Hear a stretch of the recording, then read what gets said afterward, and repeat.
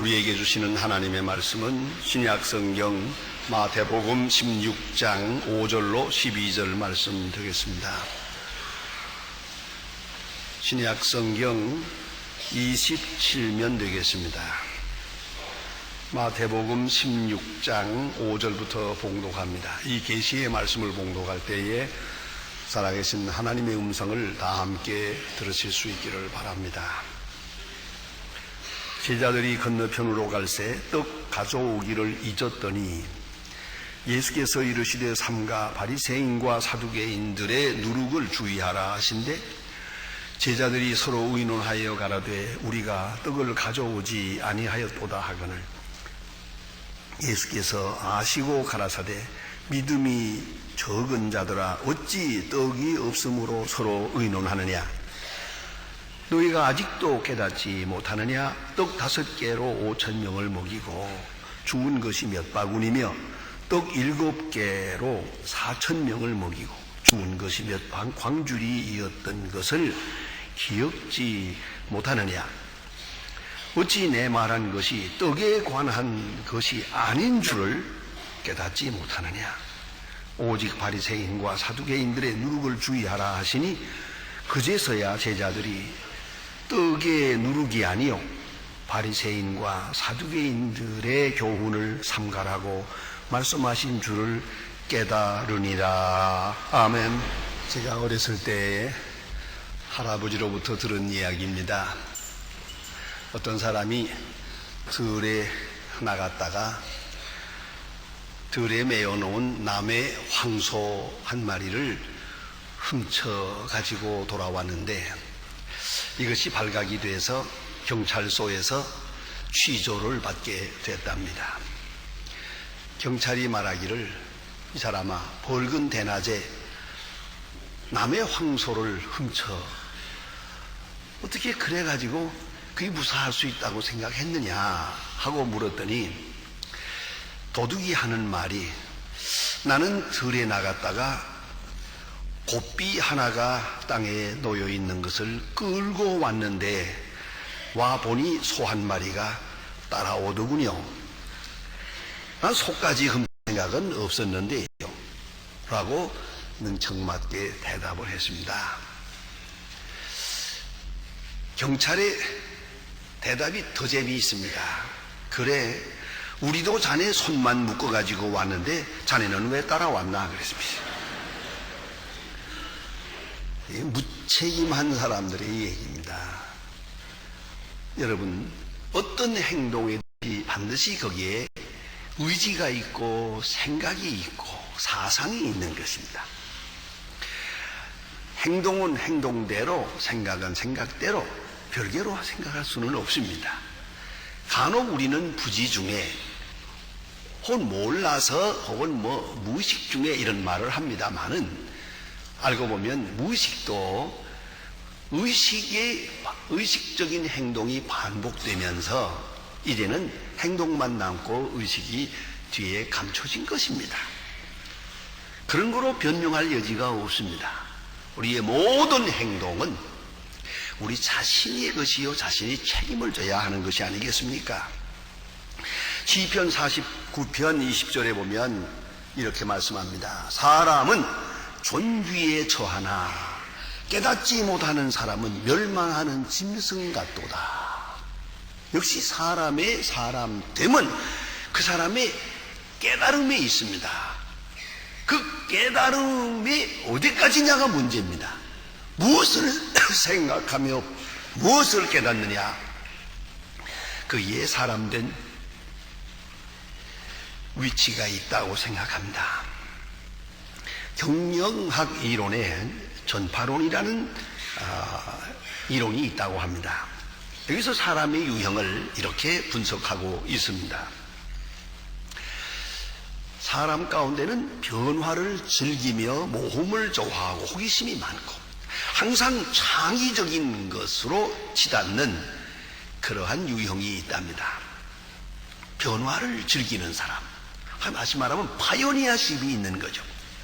이런 사람이 모든 사람 중에 5%밖에는 없답니다.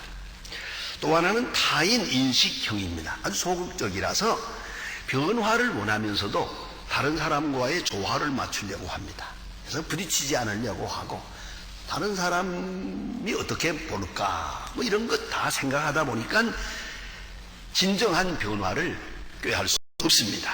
이런 사람들이 한 20% 된답니다.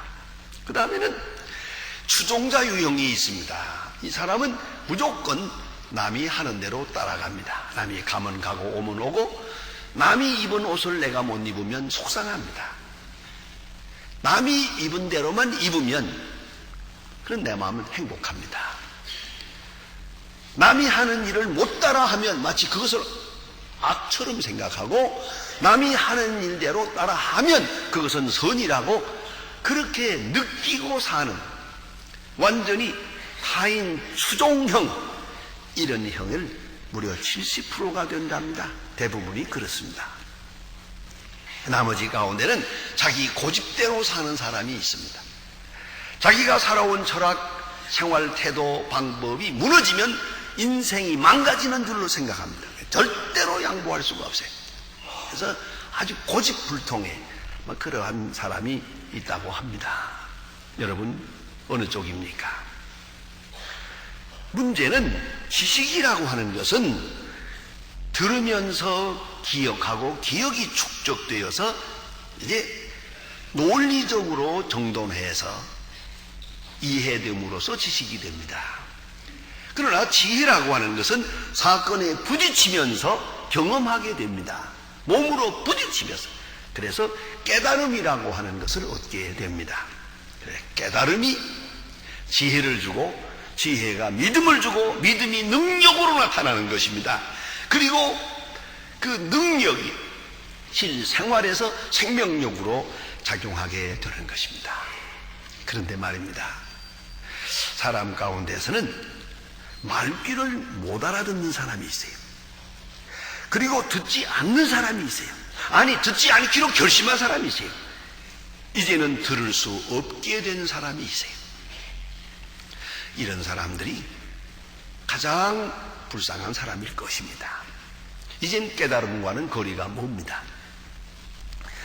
성경에 보면 말귀 못 알아듣는 사람 많이 있습니다만은 제가 쉽게 기억하는 두 사람 대표자가 있습니다. 하나는 요한복음 4장에 보면 예수님께서 수가성 근처에 우물가에 앉았다가 그 수가성 여자 하나가 물길로 왔을 때 그에게 귀중한 아주 신비로운 차원 높은 말씀을 하십니다. 내가 주는 물을 마시는 자는 영원히 목마르지 아니하리라. 얼마나 참 귀한 말씀입니까? 이 말을 듣고 이 여자 하는 말 좀 보세요. 그런 물을 나 좀 주어서 물길 나오지 않게 해주세요. 참 맹추 같은 여자입니다. 이거 참 힘든 사람입니다. 또 그런가 하면 요한복음 3장에 보면 유식한 사람 중에도 그런 사람이 있어요.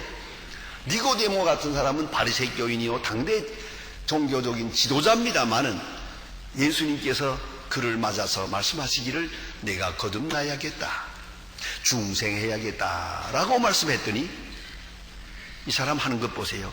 사람이 늙으면 어떻게 어머니 뱃속에 다시 들어갑니까? 아니면 젊으면 들어가나? 어떻게 이런 맹추 같은 소리를 하노? 그래 예수님께서 이스라엘 랍비가 되어서 그것도 모르느냐? 정면적으로 충고한 걸 볼 수가 있어요. 왜 그랬을 것 같습니까? 이 모두가 다 자기 생각 경험에 집착을 해서 예수님의 말씀을 알아들을 수가 없었어요. 바로 여기에 문제가 있는 것입니다. 오늘 본문에서도 예수님께서 말씀하십니다. 아직도 깨닫지 못하느냐, 기억지도 못하느냐. 얼마나 무서운 말씀이에요. 이게 깨달음이 없느냐, 왜 기억지도 못하느냐 말씀하십니다. 예수님께서 5,000명을 먹이는 역사를 나타냈어요. 떡 5덩이로 5,000명, 또 떡 7개로 4,000명. 상상해보세요. 얼마나 굉장한 사건인가. 이런 엄청난 사건을 보면서 깨달음도 많고 느낌도 많고 감격도 컸을 것입니다. 그런데 이런 감격 가진 지 불과 며칠 후에 예수님께서 지금 어떤 복음에는 다음 날로 되어 있고요. 며칠 후 정도밖에 안 돼요. 그런데 배를 타고 지금 갑니다. 배 안에서 예수님께서 말씀하시기를 바리새 교인의 누룩을 삼가라 그랬습니다. 누룩하고 나올 때 아이고 빵입니다. 이거 빵이 없구만. 우리가 빵을 준비하지 못했구만. 그래서 서로 시비를 벌였어요. 의논했다는 말은 서로 변론했다는 말이에요. 왜 빵을 준비하지 않았느냐? 아마도 그랬겠지요. 베드로가 그러니까 다른 유다가 회개 아닙니까? 당신이 수지자로 준비하라 했으면 내가 할 거 아닙니까? 아무 말도 없다가 이제 와서 왜 날들어 시비냐 이거. 서로 의논을 하게 되고 변론을 벌입니다. 예수님 기가 막혔어요. 생각해 보세요. 아니 5,000명을 먹이는 큰 기적을 본 사람이 또 5,000명을 먹이는 그 귀한 역사를 나타낸 그 하나님의 아들이 우리 눈앞에 계시는데 그 앞에서 빵 없다고 시비하게 됐어요 지금. 왜 이렇게 깨달음이 없느냐. 정말 바보 같은 사람들이요. 기억지도 못하느냐. 이렇게 예수님께서 책망하고 계십니다. 여러분 기적이라는 게 뭡니까? 예수님께서 하신 일이 다 이적이죠. 그런데 이 이적에 대한 이해는 3단계로 이루어집니다. 성경에도 아주 고맙게도 3단어로 구별되게 나타납니다. 첫째가 테라스입니다. 이적이란 말입니다. 영어로는 원더라고 합니다. 미라클, 기적이다. 이건 뭡니까? 인간 상식으로 이해가 안 되는 거예요. 우리 경험 속에서 이해가 안 돼요. 우리 경험과 지식의 한계를 넘어서는 초월한 일이 있을 때 이적이다 이렇게 말하게 되죠. 그걸 깨달았어요. 이적은 많습니다. 오늘도 죽을 사람이 사는 일이 얼마나 많습니까? 꼭 죽은 줄 알았는데 살고요. 또 어떤 사람은 전혀 그럴 때 살아남을 수가 없는데 살아남았어요. 난 이적하면은 내 아는 친구 한 사람을 생각을 합니다. 바로 옆에 있는 중앙의료원에서 오랫동안 병중에 있다가 죽었어요. 죽어서 시체를 그 냉장고에 넣었다가 장례식을 하려고 냉장고를 갔더니 냉장고가 꽉 찼어요. 넣을 데가 없어서 내일 아침 하나 뽑아가지고 장례식 하면 그때 그 자리에다 넣기로 생각하고 그 냉장고 앞에다가 놔뒀어요. 하룻밤을 지냈어요. 다음날 아침에 냉장고에 넣으려고 가보니까 살아났어요. 자, 어떡하겠어요? 이게 기적 아닙니까? 그래서 그 양반은 이렇게 살았으니 내가 뭘 할까? 그래서 목사님이 됐고 병원 전도를 위해서 한평생을 바쳤어요. 이거 보세요. 기적이란 있습니다. 깜짝 놀라는 기적이 있잖아요. 이걸 깨달아야죠. 기적을 기적으로 알아야 되는 것이죠. 두 번째는 두나미스라고 해요. 다이나믹, 거기서 나온 말입니다. 헬라어에서 두나미스란 능력이라는 말입니다. 파워라는 말이 옵시다. 하나님의 능력이 나타났다. 이 사건 속에 보이지 않는 하나님의 능력이 여기 나타났다. 그렇게 보는 거죠. 그렇게 깨닫는 거죠. 하나님의 능력을 인지하는 것입니다. 그게 바로 능력이요 권능입니다. 근데 세 번째 단어가 있습니다. 그게 바로 세메온이라고 하는데 표적이라는 말입니다. 표적 이렇게 번역하는데 이 말은 영어로 사인이라는 뜻입니다. 표적이 무슨 말입니까? 보이는 것 속에 보이지 않는 것이 있다. 다시 말하면 그 속에 말씀이 있다는 말이에요. 그 말씀을 읽을 줄 알아야 돼요. 이 지나가는 사건이 아니에요. 여기에 깊은 말씀이 있어요. 그러니까 저 사람에게 나타난 것이지만 내게 말씀하고 계세요. 어제 된 사건이지만 오늘 말씀하고 있어요. 2000년 전에 된 사건이지만 지금 새롭게 내게 말씀하고 있어요. 지금 저는 그것을 설교하고 있는 거예요. 2000년 전에 된 사건인데 그것을 오늘의 그 의미를 오늘에서 말씀하고 있는 거예요. 이게 바로 세메이온, 표적 이해의 능력입니다. 표적을 표적으로 이해해야 돼요. 그래서 보세요. 남의 죽음 보면서 내 죽음을 생각해야죠. 몇 년 전에 된 사건을 기억하면서 오늘 내게 주시는 말씀을 들어야죠. 다시 깨달아야죠. 이게 표적을 이해하는 능력이 올시다. 근데 오늘 본문에 보는 바와 같이 이 사람들은 그 능력이 없었어요. 그 큰 능력을 보고도 감격하고도 기억지를 못했어요. 까맣게 잊어버렸어요. 그리고 오늘 떡 하나 없는 것 가지고 시비를 벌이고요, 문제를 삼고 있어요. 참 생각하면 어이가 없고 답답한 일이 아닐 수가 없습니다. 그래 예수님께서 이렇게 책망조로 말씀하십니다. 예수님은 항상 생명에 대하여 말씀하고 있고 떡을 보면서도 생명에 대하여, 사람이 떡으로만 사는 것이 아니요 40일 금식한 후에도 이렇게 말씀하셨어요. 하나님의 말씀으로 산다. 우리는 떡을 대할 때마다 생명을 생각하고 생명의 주인을 생각해야 합니다. 그리고 이 어리석은 말이 또 문제가 됩니다. 신앙 없는 말, 그래서 문제가 되는 겁니다. 데이라고 하는 사람이 쓴 새 황금문이라고 하는 작은 책이 있는데요, 여기서 말에 대해서 충고합니다. 적어도 말을 할 때는 이 세 가지를 생각하고 말하라. 세 가지 문을 통과해야 한다. 첫째가 내가 지금 하는 말이 진실된 참말인가 하고 물어봐야 됩니다. 여러분, 가끔 우리는 남의 말이라고 할 때가 있어요. 아, 그러다더라, 뭐 그런데, 혹은 누가 그런데, 이 정도로 말하는데요, 이걸 잊지 마세요. 내 입으로 말하는 한 내 말입니다. 남의 말이라고 하지 마세요. quotation nothing 아닙니다. 남의 말이지만 내가 말하면 내 말입니다. 이제부터 내게 듣는 사람은 내 말로 듣고 있다는 걸 잊지 마세요. 그런 거로 말은 참 조심하고 책임을 져야 됩니다. 어제 저녁에 혹 그 프로를 보셨습니까? 연예가 중계. 제가 그거 재미있게 봐요. 그런데 연예가 중계에 나오는데요, 깜짝 놀랐습니다. 그간에요, 몇 달 동안에 그 소문났던, 인터넷에 뜨고 신문에 나고 뭐 했던 그런 이야기를 전부 확인을 하더만요. 확증을 하는 시간이에요. 아, 어떤 사람 연애한다더라 물어보니까 없어요. 어떤 사람 뭐 이혼한다더라 그러니까 우리가 왜 이혼해요? 그런 거 없어요.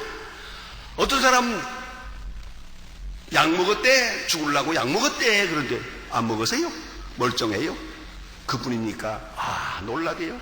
어느 가수 에이즈 걸렸대, 그래요. 그 아이들까지 걸렸대, 그 소문났대요. 아, 이게 또 야하세요. 저도 들었어요, 오래전에. 정말 그랬나 그랬는데 어제 뭐 멀쩡해요. 절대 그런 일 없대요. 자, 그러니 이 연예인들 그 고생 많이 하대요, 정말. 그 연예인 된 죄로 말이야. 아니, 이게 무슨 일입니까? 다른 건 몰라도 에이즈 걸렸다는 거 어떻게 하면 좋아요, 그거. 이런 엉뚱한 말을 듣고 있더라고요.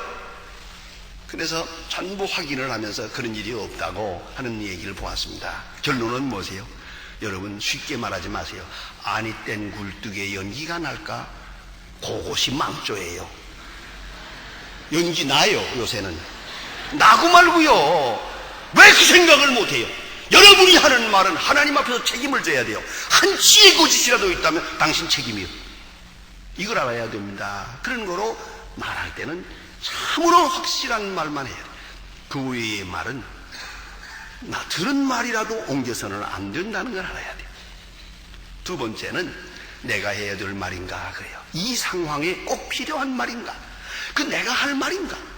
또 하나, 이 상황에 이 말이 필요한가? 그걸 물어봐야죠. 말이란 시간과 장소에 따라서 다르거든요. 제가 이 말 할 때마다 늘 생각나는 내 경험이 있습니다. 제가 이 중학교 다닐 때 기계처조를 했어요. 그래서 이 철봉을 잘했거든요. 아주 썩 잘했어요. 그런데 다 이렇게도 하고 저렇게도 철봉을 잘했는데 딱 하나 못하는 게 있어요. 대회전을 못했어요. 그걸 하려고 애를 써봤는데 잘 안 되더만요. 그런데 내 친구는 그걸 잘해요. 공부하고 잠깐 쉬는 시간에 운동장에 나와서 탁 붙잡자마자 휙 돌아가는데 참 부러워요. 그래서 지켜보고 있는데 그 구경하던 친구 중에 하나가 입 바른 소리를 했어요. 원숭이가 나무에서 떨어지지, 표주박이 우물에서 깨지지, 이랬다고요. 그 돌면서도 그것도 들었어요. 내려오자마자 나 이거 하다 죽으란 말이냐 그러고 냅다 치는데요. 나도 안 말렸어요. 그래가지고 맘대로 때려라 그랬어요. 참 거의 입방아 좀 못됐더만요. 그게 어디 그 자리에서 그 말 합니까? 위험한 일 하는데. 안 그래요? 그런 게 바로 문제예요. 그런 때는 입이라고 잘 안 하지요. 그거를 뭐라고 그럽니까? 주둥이라고 그런답니다. 여러분 말 조심해야 돼요. 입이란 아무 때나 불리는 게 아니에요. 그게 말이라고 다 말이더냐. 그 진리야 진리죠. 원숭이가 나무에서 떨어지지요. 그러나 그 시간에 할 말은 아니죠. 여러분 이 상황에 이 말이 필요한가? 물으세요. 세 번째, 내 마음에 사랑이 있는가? 사랑에서부터 나오는 말이래야지 혹이라도 시기, 질투, 원망, 불평이 이 속에 있어서는 안 되죠. 그러면은 빗나가니까요. 동기를 물어야죠. 정말로 사랑하는 이 세 가지 문을 통과하면 훌륭한 덕을 나타낼 수 있다고 말하고 있습니다. 특별히 여러분 잘 아는 디트리 본회포라고 하는 독일의 신학자요 순교자 있습니다. 그가 쓴 작은 그 논문에 이런 말이 있습니다. 사탄은 우리를 어떻게 유혹하는가 라고 하는 논문에서 세 가지를 지적합니다. 하나는 감정을 사로잡는다. 그래서 질투심을 유발해서 불평하게 만든다. 여기 잊지 마세요. 이 질투는 죄 아닌 줄로 알거든요. 마귀가 작용을 합니다. 원망하게 만듭니다. 작은 일, 큰 일에서 원망, 이 원망의 문제가 있는 거예요. 두 번째는 우리를 우울하게 만들어요. 우울증은 우리는 병이 아닌 줄로 착각합니다. 우울증은 불치병입니다. 무서운 병입니다. 자기가 죽든지 남을 죽이든지 우울증이 옵시다. 그래서 자기 생의 의미를 부정하게 만듭니다. 셋째는 구원신앙을 흔들어서 너는 용서받을 수 없다. 이미 죄가 많다. 너는 이 끝장이 났다. 이렇게 유혹을 합니다. 절망하게 만듭니다. 다시 말해서 원망과 부정과 그리고 절망으로 유혹한다. 한번 들어둘 만한 얘기입니다. 오늘 본문에 나타난 이 제자들 어느 사이에 유혹을 받아서 방금 5,000명을 먹이는 큰 기적을 보았건만 다 잊어버렸어요. 그 감격도 없어. 그 능력도 없고 오늘은 또 원망. 이렇게 되고 말았단 말이에요. 그래서 예수님 말씀입니다. 깨닫지도 못하느냐 기억지도 못하느냐 어찌하여 서로 의논하느냐. 바리새 교인의 누룩, 외식주의, 형식주의, 위선과 이기주의, 세속, 이것을 주의하라고 말씀하실 때 비유해서 누룩과 같다. 한 번 받으면 자꾸 퍼져나간다. 무서운 힘으로 퍼져나간다. 그런 거로 조심해라. 약한 교훈을 조심해라. 사탄의 역사를 조심해라 하고 말씀하시는데 이 동요한 말씀을 깨닫지 못하고 어째서 똥만 생각하고 있는 겁니까? 바로 거기에 불신앙이 있는 것이요. 여러분 아시는 대로 이스라엘 백성들이 애굽에서 나올 때 10가지 재앙을 보았습니다. 놀라운 얘기 아닙니까? 그리고 홍해를 건너는 감격을 누렸습니다. 그리고 성경을 자세히 보면은 2주일도 못 가서 원망을 합니다. 모처럼 애굽에서 나온 사람들이 가나안에 못 들어간 죄목이 원망죄라는 걸 잊지 마세요. 작은 일이나 큰 일이나 원망하게 되면 마귀가 기뻐합니다. 어느 사이에 마귀에게 노예가 됩니다. 딱 붙들리는 순간 완전히 절망으로 치닫게 됩니다. 이걸 잊지 말아요. 예수님께서 오늘도 말씀하십니다. 깨닫지 못하느냐? 깨달아야 되고 기억지 못하느냐? 여러분 은혜에 대한 건망증 환자가 되면 안 됩니다. 은혜는 오래오래 기억해야 됩니다. 그 은혜에 감격했으면 그 은혜를 기억하고 살면 오늘의 문제를 해결하기가 쉬워요. 아무것도 아니에요. 주께서 자기 아들을 아끼지 아니하시고 우리를 위해 내주었습니다. 그 큰 은혜에 감격한 순간 오늘의 모든 문제가 시원하게 풀려지는 거예요. 은혜는 깨달아야 은혜입니다. 그리고 기억해야 능력으로 바꾸어집니다. 생명력으로 바꾸어지는 것이에요.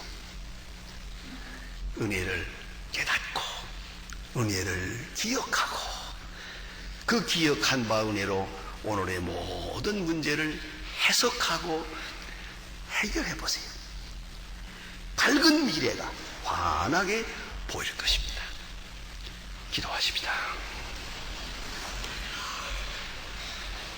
하나님 아버지, 은혜를 쉽게 잊어버리는 저희를 꾸짖지 아니하시고 또 새 은혜를 주시며 또 은혜를 깨닫지 못하는 자에게 또다시 깨달음을 주심을 감사합니다. 주여 은혜 우에 은혜를 더하사 우리가 누리는 큰 기적을 순간순간 깊이 깨닫게 하시고 은혜를 기억하게 하시고 기억하는 바대로 모든 것을 은혜로 소화하고 은혜로 해석하고 은혜 안에서 충실히 사는 주의 사람들 되게 하여 주시옵소서. 예수님의 이름으로 기도합니다. 아멘.